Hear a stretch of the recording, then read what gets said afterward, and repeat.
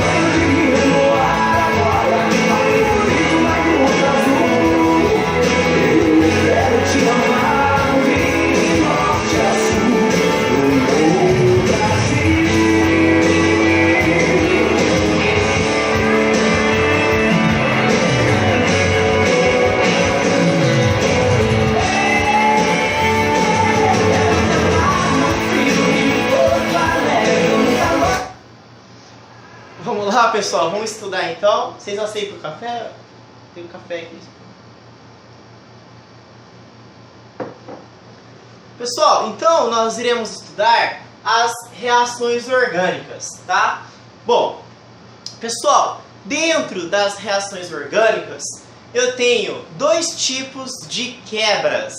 Eu tenho uma quebra homolítica e uma quebra heterolítica.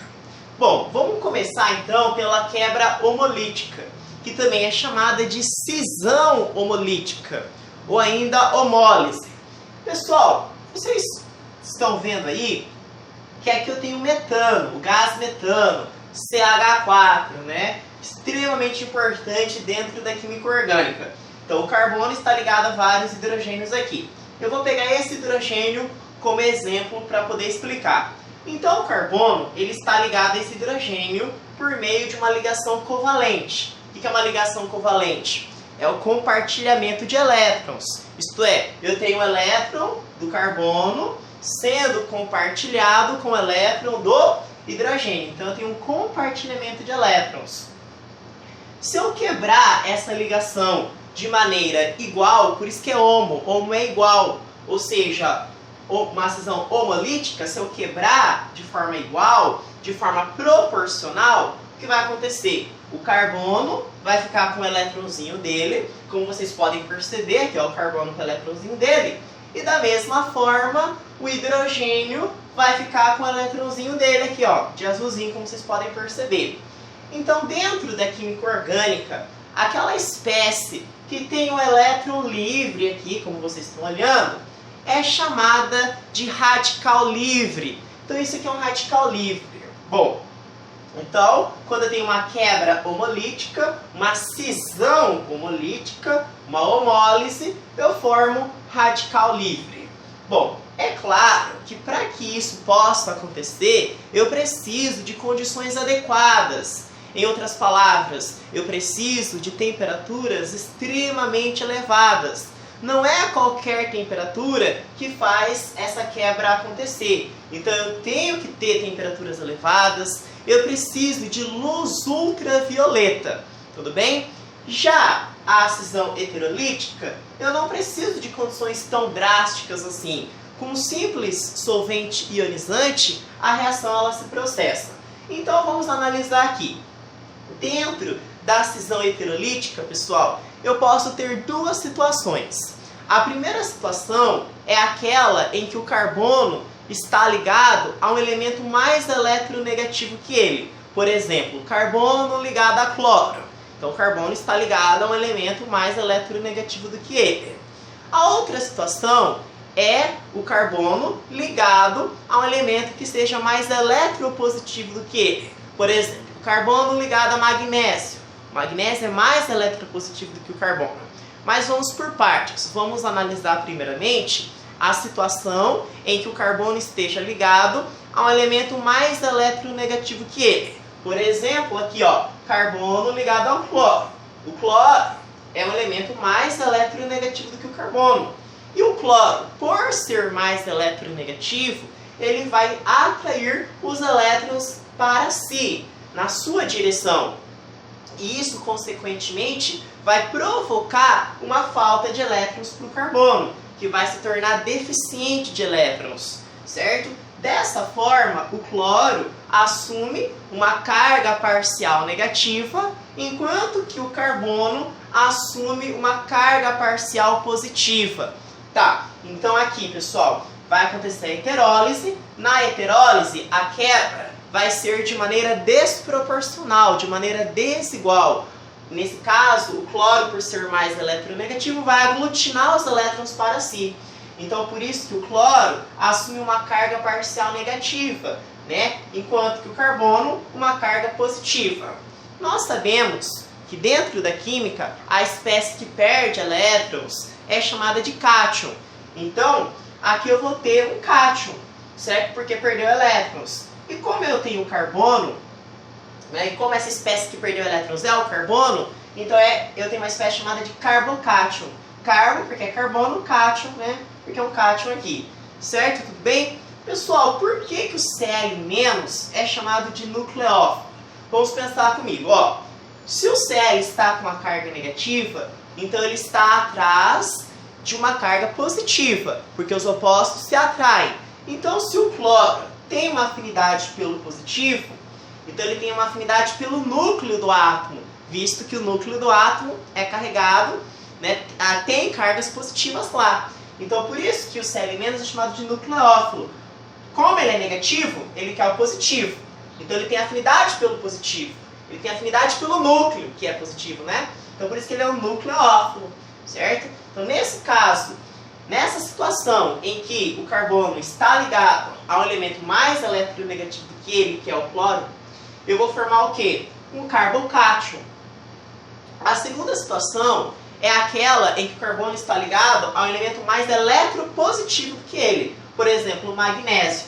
O magnésio é mais positivo do que ele. Se o magnésio é mais positivo, evidentemente que o carbono vai ser o quê? Mais negativo. Então agora quem vai atrair os elétrons para si é quem? O carbono. Ele vai atrair para si. Se ele atrai os elétrons da ligação para si, então ele vai assumir uma carga parcial negativa, enquanto que o magnésio, nesse caso, vai assumir uma carga parcial positiva, visto que o magnésio agora vai ficar deficiente de elétrons, né?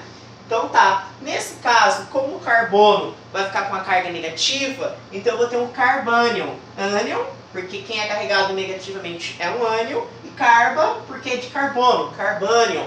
Alguns livros chamam de carboânion, outros chamam de carbânio, né? Mas o mais comum é carbaânion, certo? Que dá para entender mais. Bom, E nesse caso da cisão heterolítica, tanto na primeira situação quanto na segunda situação, eu preciso de um solvente ionizante adequado para que a reação possa acontecer, certo? Então tá.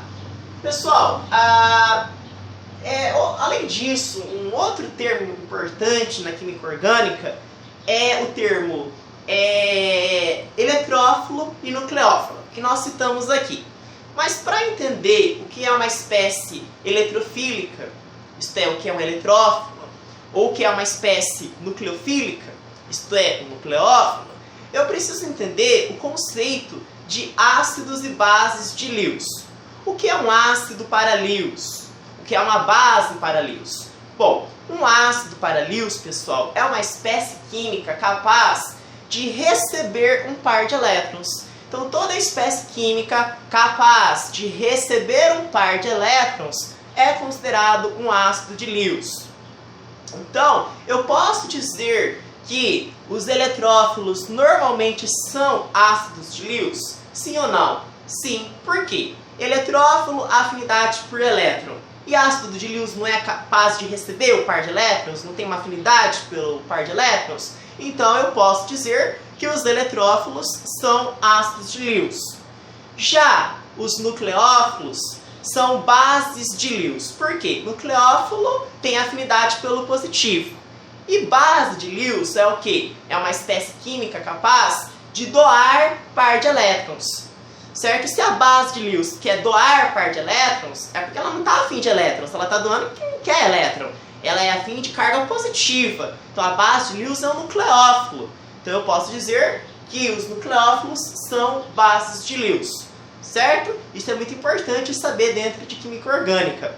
Bom, e aí nós temos exemplos de eletrófilos e exemplos de nucleófilos. Por exemplo, aqui, ó, como vocês podem perceber, ó, quer ver, ó, aqui, cadê? Pessoal, aqui, ó, os eletrófilos, então, né, são espécies que têm afinidade pelo elétron. Quem tem afinidade pelo elétron é positivo, concorda? Porque os opostos se atraem. Se eu tenho afinidade pelo elétron, significa dizer que eu sou positivo. Então, os eletrófilos, eles são carregados positivamente. Porque se ele é positivo, ele quer o negativo. Então, ele é um eletrófilo. Exemplos que nós temos, os carbocátions, né? R significa que eu tenho uma cadeia carbônica, né? Aqui o íon hidrônio, bromônio, iodônio, clorônio, certo? NO2+, CO+. Não é para decorar quem são os eletrófilos. Se você vê que tem uma carga positiva, então é um indício de que é um eletrófilo. Mas quais são os mais comuns dentro de química orgânica? São esses aqui, ó, bromônio e clorônio e o carbocátion, tá? Não é para decorar todos, não. Bom, e aí então nós temos os nucleófilos, exemplos de nucleófilos.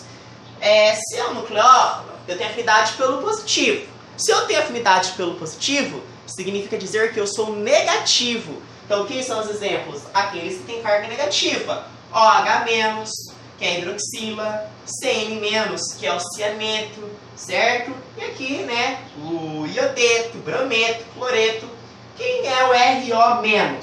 Pessoal, R significa que é carbonos. O, oxigênio, e menos porque eu tinha um hidrogênio ali. Quem que é OH ligada à cadeia carbônica? Não é a função álcool? Então, quando você tira o H e fica com a carga negativa, então esse grupo é chamado de alcóxido, né? Outros exemplos, fenóxido, quando você tem um anel aromático, o oxigênio com a carga negativa. Também são exemplos de nucleófilos. Sulfóxido, quando tem enxofre. Normalmente, os nucleófilos são os que apresentam a carga negativa, mas existem moléculas neutras que atuam também como nucleófilos, como, por exemplo, a amônia, NH3, né? E a água, H2O. Porque apesar de serem moléculas neutras, elas atuam como nucleófilos, visto apresentarem um par de elétrons. Vocês lembram? A água, né? Lá o oxigênio não tem 2 pares de elétrons. A amônia, o nitrogênio não tem um par de elétrons ali. Então também são nucleófilos. Certo? Muito bem. E claro, pessoal, que eu preciso aqui, para a reação acontecer, de condições genéricas, né? temperatura adequada, pressão adequada, um solvente adequado. E claro, vai depender da natureza dos reagentes, da ligação, se a ligação é polar, se a ligação é apolar. Então tem vários parâmetros aí, né, que vão orientar a ocorrência da nossa reação orgânica. Bom, e aí, pessoal, vale lembrar, vai ficar para a próxima aula, que os compostos aromáticos, né, que tem as ligações pi alternadas, conjugadas, deslocalizadas ali, em que nós temos o fenômeno de ressonância, ali eu vou ter uma reação de substituição. Compostos aromáticos sofrem preferencialmente o quê? Reações de substituição. E no caso, como eu tenho elétrons no anel aromático ali, né, no composto aromático, então eu vou a substituição que vai acontecer é a substituição eletrofílica, porque são espécies que têm afinidade pelo elétron que está ali dentro, né, do composto ali, né, tudo bem? Então é uma substituição eletrofílica. Já aletos orgânicos sofrem preferencialmente substituição nucleofílica. Por exemplo, o que é um aleto orgânico? É uma cadeia cheia de carbono com aleto, por exemplo, cloro. Então o cloro está ligado ao carbono. Então, no caso, o cloro é mais negativo, né? Por exemplo, a carga parcial negativa, e o carbono uma carga parcial o quê? Positiva. Para substituir esse Cl-, tem que ser uma espécie que tenha carga negativa também. Por exemplo, o OH- pode substituir o Cl-? Pode, porque tanto o OH- quanto o Cl- apresentam carga negativa. E quando o OH- substitui o Cl-, então eu já não tenho mais um aleto orgânico, eu tenho uma função álcool. Certo? Nesse caso, houve uma substituição, por isso que nós chamamos de substituição, e nucleofílica, porque eu substituí um nucleófilo por outro nucleófilo, ou seja, pelo OH-. Nucleófilo gosta de positivo, então ele tem qual carga? Negativa. Certo, pessoal? Então é isso, é o básico para a gente poder seguir adiante. Muito obrigado pela atenção de vocês, forte abraço, valeu!